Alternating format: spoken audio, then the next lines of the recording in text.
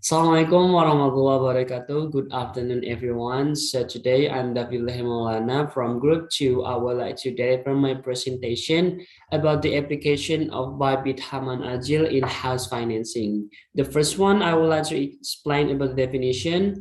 But in terms, Bhai Bithaman Ajil comes from the word buy means sale, and Taman means price, and Ajil, which means deferment. So BBA is not about loan, it's more like about sale. And yeah, still the definition, Bybit Haman Ajil is a deferred payment, which means that the payment for transaction is deferred, including the benefits obtained in accordance with the agreement of both parties. In this case, is about the bank and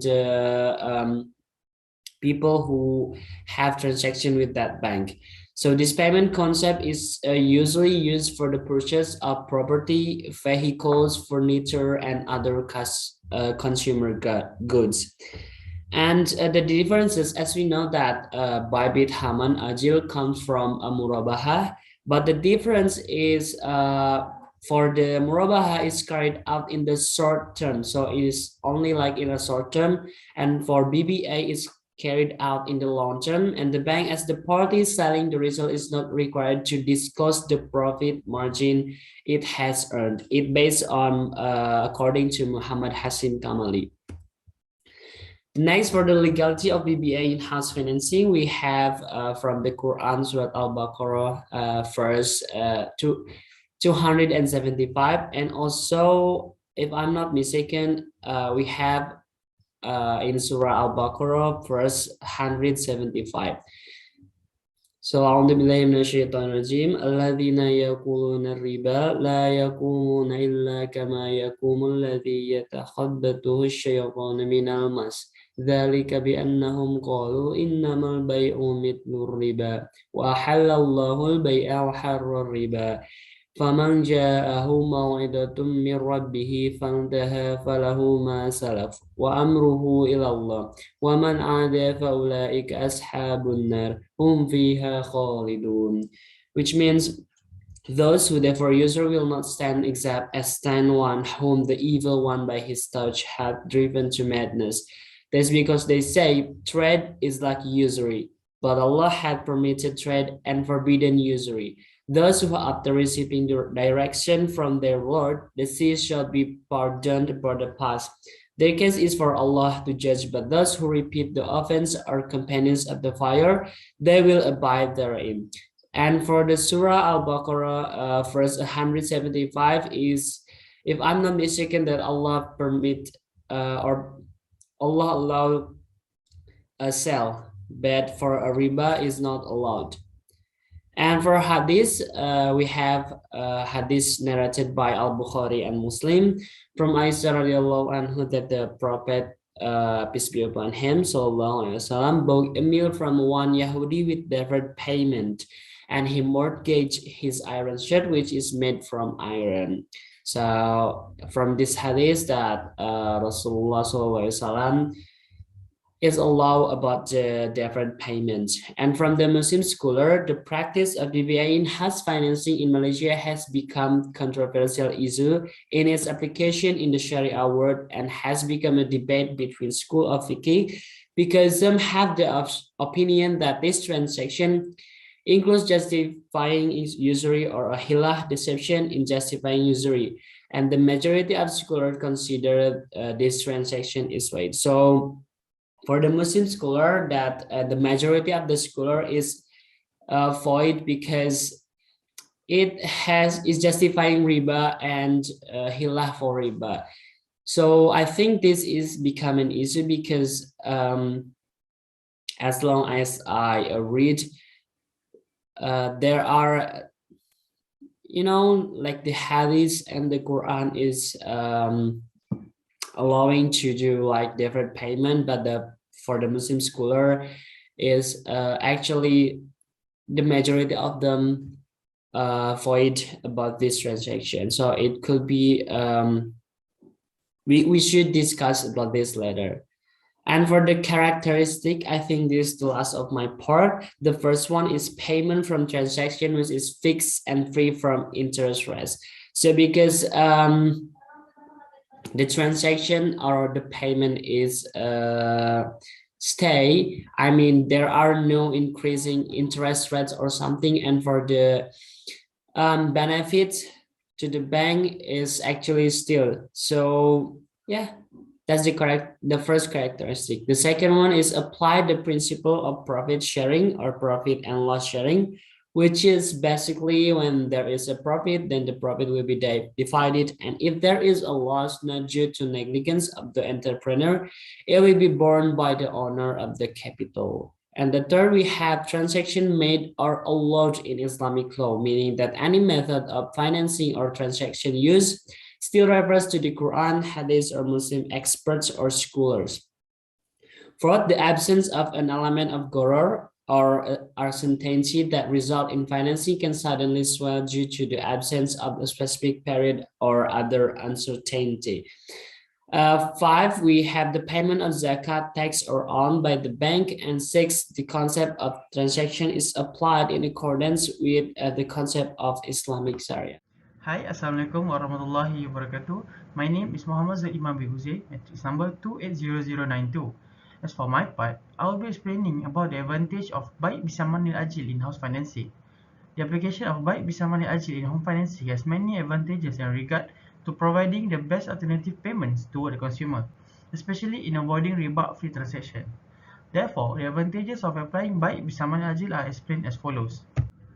Among the advantages that were included in applying Baik Bersama Ajil is, first on the list, the total cost of the property that was purchased is ascertained at the time of contract or akad was initially made.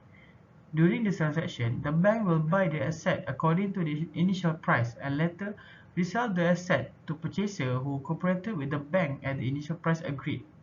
As a result of this outcome, when the contract was first made, the consumer will be aware of every expense that will be added up by the seller towards the asset being purchased.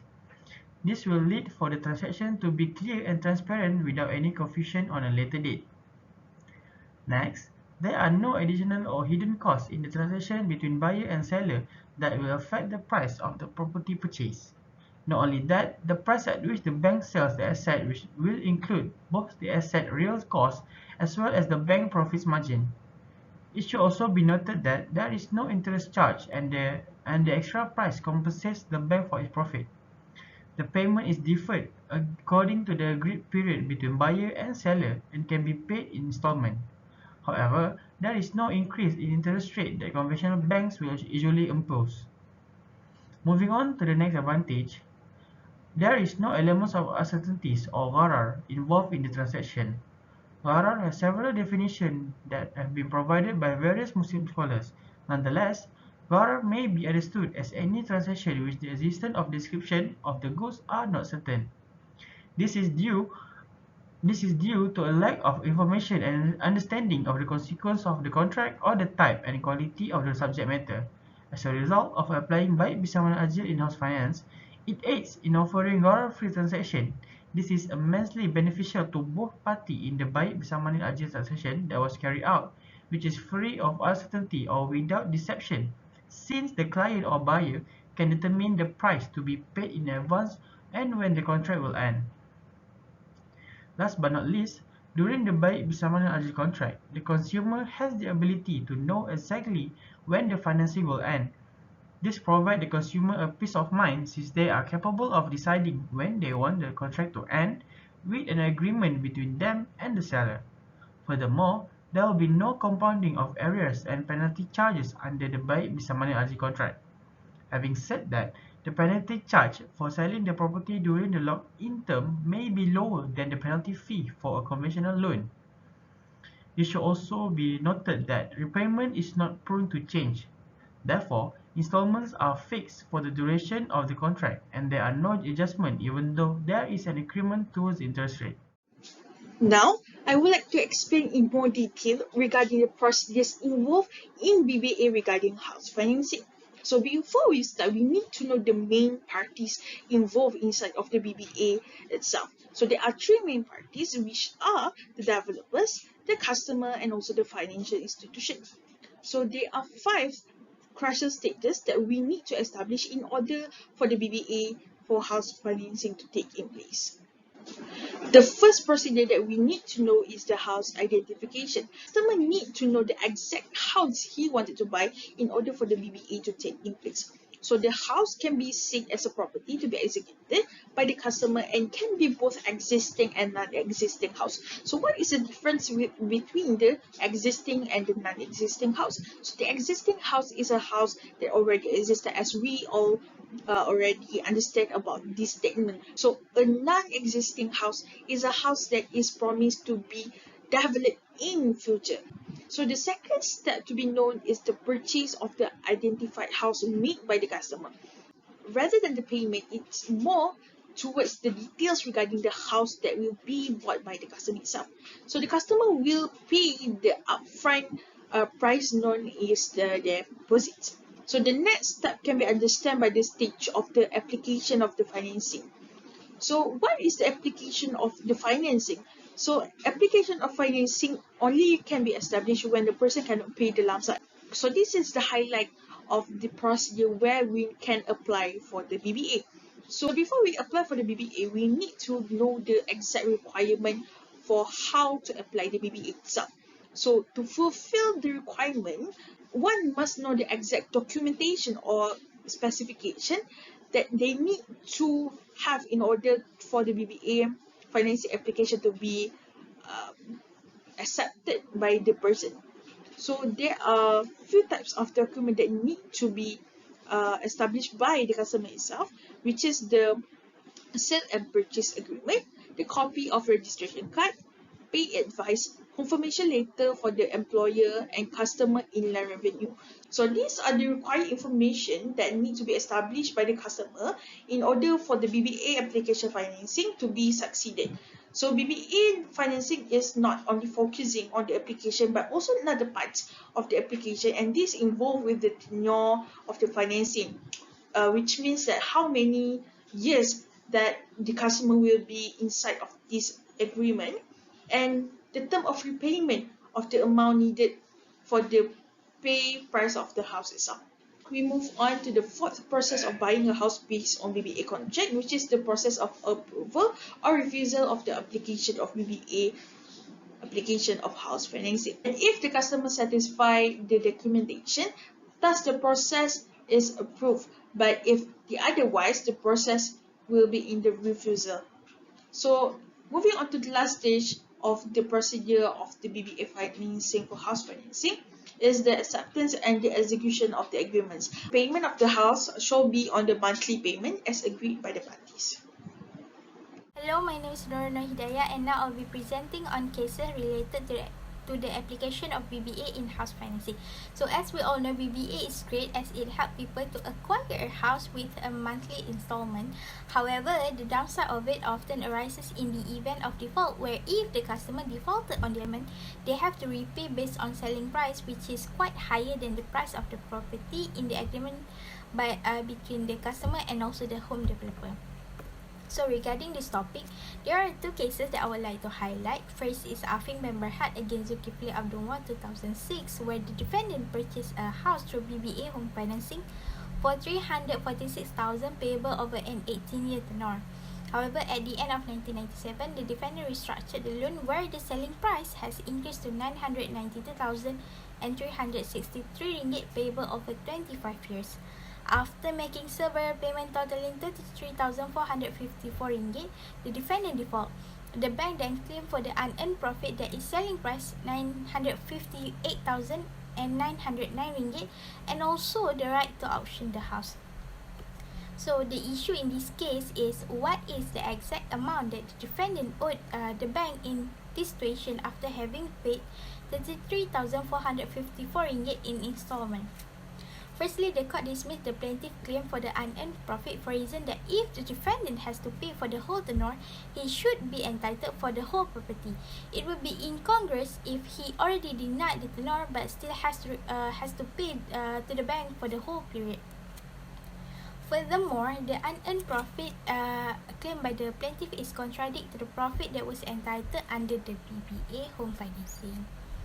However, the court granted the plaintiff the profit up to the date of the judgment since it could be estimated and deduced with certainty. So, the amount due on the day of the judgment was 616,018 ringgit. Thus, after crediting all payment made by the defendant, the exact amount that needed to be paid by the defendant to the plaintiff was 582,626 ringgit only. Next, the second case that I would like to emphasize is the case of Malayan Banking Berhad against Marilyn Host Yachting 2007. For this case, the defendant took out BBA house financing to purchase a 500,000 property. The property selling price for that is 995,205 ringgit with a monthly installment for 240 months or equal to 20 years. However, after only 40 months of payment, the contract is terminated as she failed to pay the plaintiff. The plaintiff then took legal action to sell the property at a public auction to clear the defendant debt of 928,589 ringgit, which is the remaining selling price after deducting the installment payment. The defendant claims that the pricing was irrelevant since it included the profit for the whole tenor selling price. The defendant further claimed that the amount owed should be lower than that to comply with the 40 months term rather than 240 months wholesale pricing period. So the issue in this case is whether the plaintiff is entitled to claim for the full sale price, that is 928,589 ringgit. In terms of judgment, the court ruled that the plaintiff should lower the amount owed by the defendant as it would be inequitable to enable the bank to reclaim the 240 months selling price when the tenure of the property was premature, which is only 40 months.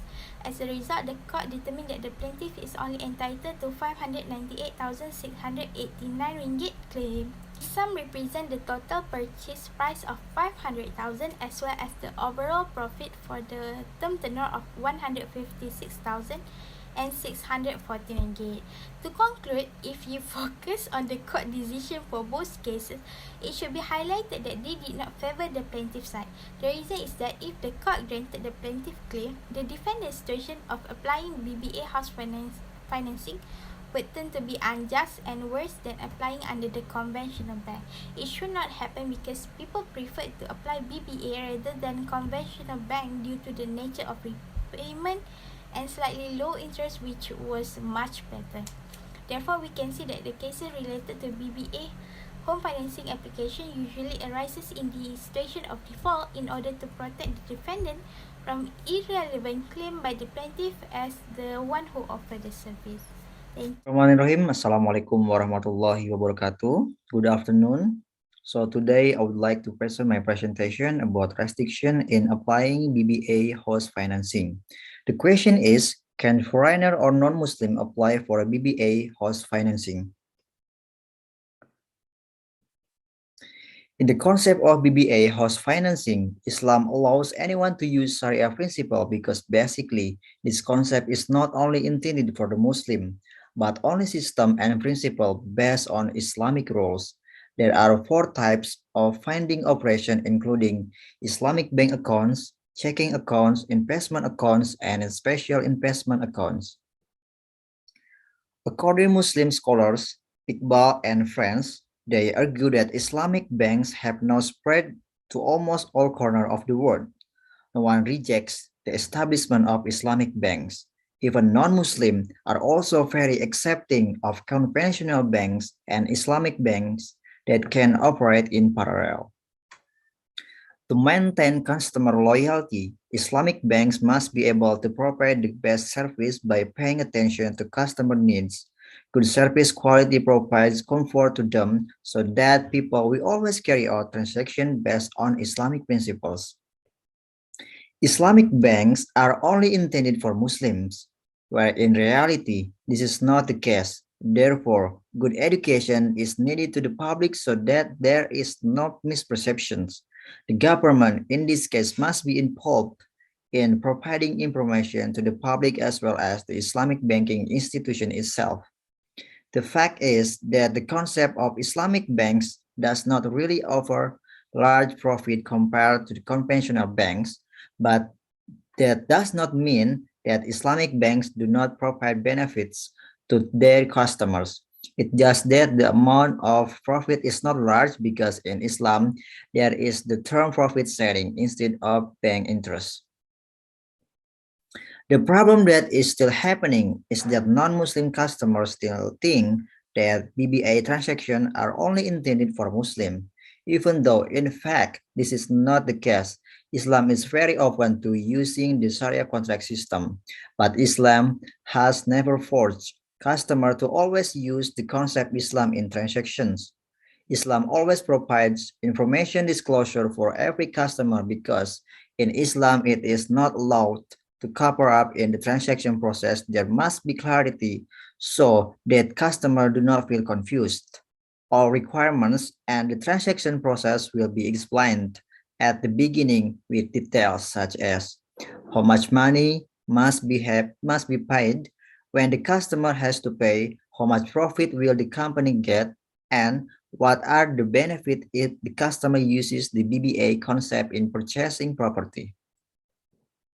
The last one is the conclusion is that every customer needs to read and understand the content of this BBA agreement so that there will be no misunderstanding later.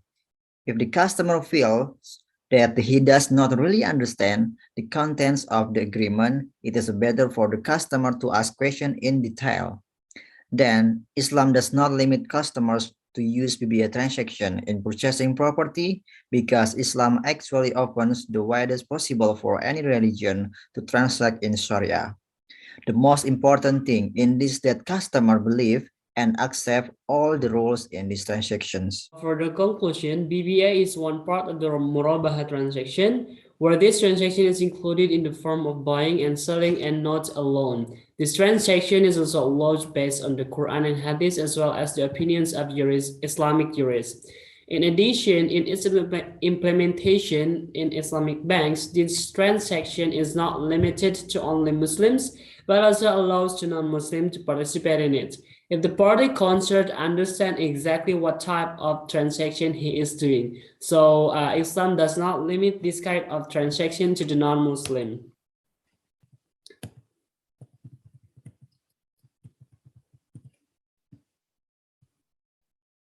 So BBA for house financing is undeniable the most wanted and used by the population in Malaysia, especially for sale.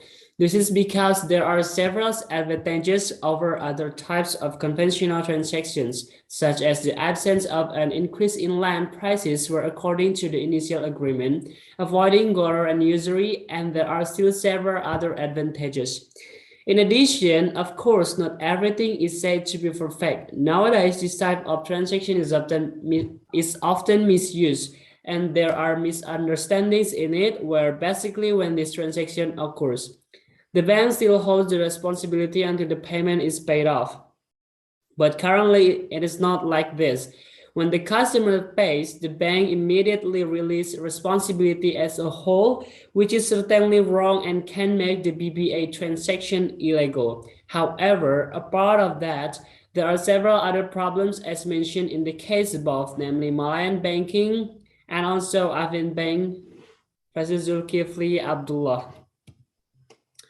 Plus, the parties involved inside of the BBA financing can be categorized within the developer, customer, and the financial institution. Focusing on house financing, house should be the most important subject matter to be established. The house, or can be said as property to be executed by the customer, can be both existing and not existing house. The second step to be named is the purchase of the identified house made by the customer. The function of the SPA is to protect both parties, which by means the developer and the purchaser upon the process of buying the house. The next step can be understood by the stage of application of financing. The deferred payment shall to take place in this stage. BBA financing application is an application form that is needed to be filled in by the customer and to be reviewed by the bank whether it shall be approved or not based on the discretion of the bank in the application of BBA. So file PIS, or more known as PIS, as pay slip is a copy of monthly pay of the customer as be regarded salary to see whether the customer is eligible to pay for the house chosen. The BBA financing is not only used for the application, But the other parts of the application involving the tenor or financing or the payment of the amount needed to pay the price of the house. The profit margin of the financing is made clear upon the customer, and through this, no dispute shall arise later regarding the profit made by the bank through BBA, as it already explained through the BBA contract. The fourth process of buying a house based on BBA contract is the process of approval or refusal of the application of BBA loan. The purchaser needs to review the reason why the application is not accepted, and by reason of that shall be excluded. The last stage is the acceptance and the execution of the agreements. I think that's all from me. Thank you. Wassalamualaikum warahmatullahi wabarakatuh.